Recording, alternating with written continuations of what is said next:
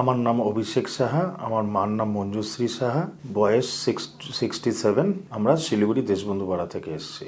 আমরা প্রথমে মার খাওয়া খেতে পারছিল না, তো আমরা একজন জেনারেল ফিজিশিয়ান দেখিয়েছিলাম। সে সাজেস্ট করলো একবার সার্জনকে দেখিয়ে নিতে।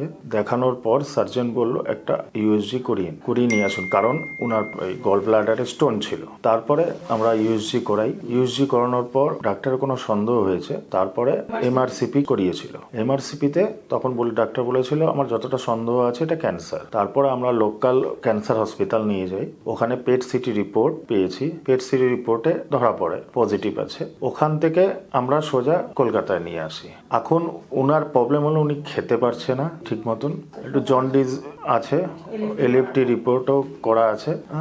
এখন আমরা খোঁজ পেয়েছি আপনাদের। এর আগের ডাক্তার বলেছে যে ওনার লাস্ট স্টেজ, ওনাকে হাসি খুশি রাখুন, এছাড়া ওনার কেমোথেরাপিও ঠিক মতন নিতে পারবে না।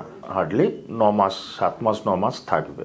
স্প্রেড করেছে গল ব্লাডার থেকে, গল ব্লাডারের নিচে লাংসেও চলে এসছে।